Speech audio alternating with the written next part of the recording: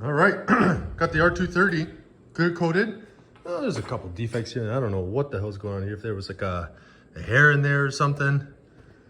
Overall, pretty good. I had to do 4 coats of silver on this hood here. It might be still a little bit of ghosting where I put one more layer of epoxy primer here, but it looks pretty good. The clear definitely leveled it out nicely. Here's the repaired section here that I cut out and welded new metal in. And it's looking okay. It's looking okay. You know, a couple runs. There's definitely more dust and dirt in this paint job. I was not as fastidious like there, for example. That looks just bad. About blowing out the shop the way I did the R129, I just started getting complacent here. But this overall looks okay. A couple of dirt nibs to sand out. You know, we got a big run here, Ended up dumping a ton of clear right here by accident. You can see it's actually, you can feel it. The run is huge there. Runs are not a big deal here as well. I just forgot to flick the wrist out. But it's looking good. You know, it's shiny, it's silver. There's no modeling. I definitely picked up some new tricks and some skills laying out the silver for this one. Prep is number one with everything, especially silver. Silver is absolutely unforgiving with the base coat. Anything, somebody explained it really well. If you're doing blacks or colors, when you end up clearing it, what you see is the reflection of the world. With silvers or golds, what you see is a shiny base coat. And anything that's imperfections, like there's a little bit of sanding marks in here, which I forgot to get in. It's gonna stay like that, frankly. I mean, I don't know, might end up chipping this if I go real aggressive on the fitment. Missing a tiny little bit of paint right on the bottom there. I missed a bit of clear coat underneath the hood. For example, like underneath here, I just forgot to spray a little bit in there. So that could get touched up, that's not a problem. And I'm hoping with the doors, also they're kind of rough, maybe a little bit of dry spray right at the bottom here. So we'll just back tape it on this body line and then dust in some silver along the bottom edge. You know, 800 interface, sand it, a little bit of 800 here. And then when we back tape it, I'll put a bit of blender additive or a blender on top of the fresh clear coat again. So that should melt in. We'll get that done next week. So the paint's still gonna be nice and fresh. So it should blend in nicely and won't see anything. I mean, you can actually feel how rough it is here. So I ended up dry spraying by accident. So there's advantages and disadvantages of spraying on a 2-post lift. One being when you try to get the gun in over here, you end up bumping your wrist. But 744 Brilliant Silver Metallic is quite a stunning color, actually. When you get it all, you know, when they're brand new and clean and all good looking. They have pearls in them. There's a black in here. Obviously, it's super extra fine metallic. It looks like I either have some solvent pop or some kind of contamination going on here, but yeah, you know, it's not perfect. The car's not worth a perfect job in my opinion.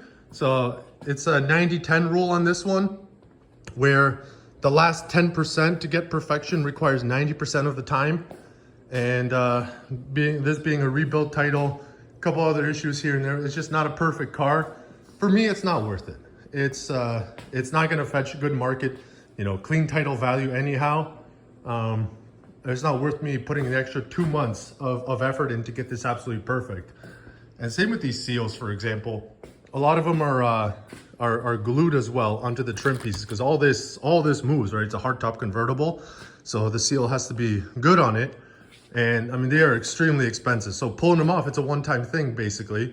And I'm not going to be spending $2-3 grand on more seals. But man, the color on the paint, the pearl, it doesn't catch it in the video here.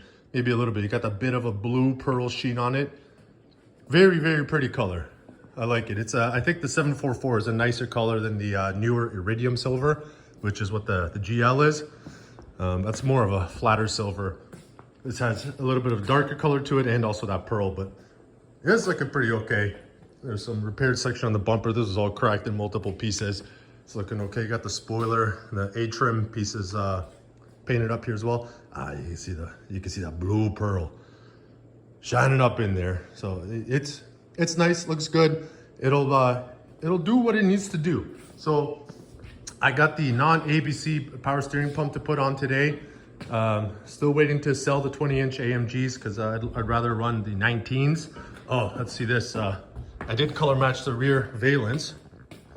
So I like it all silver color. It makes the car look lower in my opinion. That's what I'm trying to go with this car, as low as possible. So that normally is black from the factory. It had one of them carbon fiber sticker overlays, so got rid of that.